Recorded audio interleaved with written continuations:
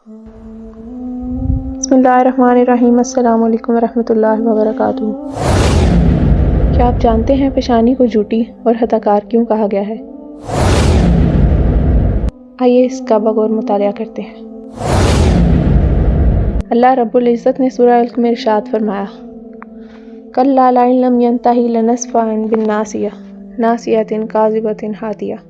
तर्जुमा, हाँ, अगर बाज ना आया तो ज़रूर हम पेशानी के बाल पकड़ कर खींचेंगे। कैसी पेशानी? झूठी पेशानी।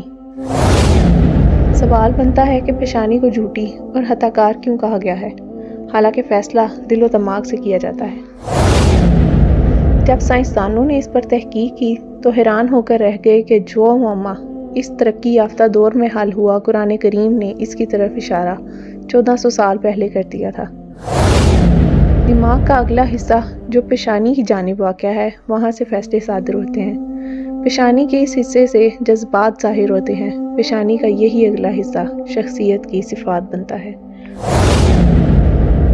मुहक्किकीन कहते हैं कि पेशानी का ये हिस्सा अगर काट दिया जाए तो इंसान फैसला करने की सलाहियत से महरूम हो जाएगा और कुछ करने या ना करने की सलाहियत को खो देगा।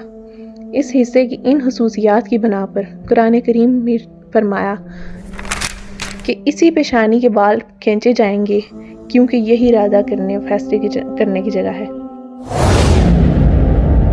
मुहक्किकीन ने मज़ीद तहकीक की तो मालूम हुआ कि जानवरों में दिमाग का ये हिस्सा छोटा और कमज़ोर है, इसीलिए जानवर दुरुस्त फैसला नहीं कर सकते और क़यादत के अहल नहीं है। इसी तरफ कुरान करीम में यूं इशारा है, जिसका तर्जुमा है, कोई जानदार नहीं मगर इसकी पेशानी रब्बुल इज़्ज़त की कुदरत में ना हो। इस हदीस पाक में यूं दुआ है, ए रब, मेरी पेशानी तेरे कब्ज़ा कुदरत में है, यानी अकमल और अतम तौर पर मैं खुद को तेरे हवाले करता हूँ। तेरी मर्ज़ी के आगे मेरी मर्ज़ी कुछ नहीं।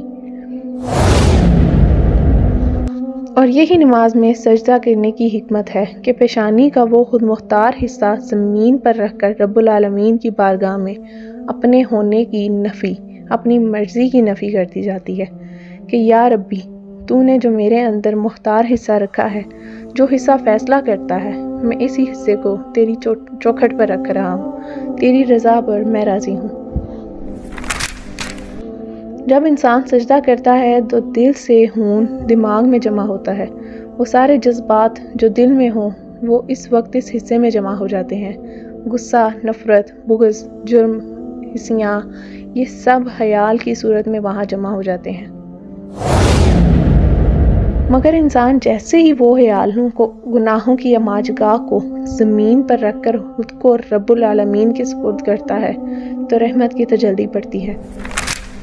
हदीस पाक में बंदा सजदे की हालत में सबसे ज़्यादा रब की रहमत के करीब होता है और इसी वजह से बंदे में तब्दीलियाँ रूनुमा होती हैं और वो पुरसुकून हो जाता है। दीन के इस खूबसूरत सफ़र में आपका साथ मेरे लिए बाइसे मुसरत होगा, लिहाजा मेरे चैनल को सब्सक्राइब करिए और मेरी वीडियो को लाइक ज़रूर करिए। जज़ाकल्लाह खैर।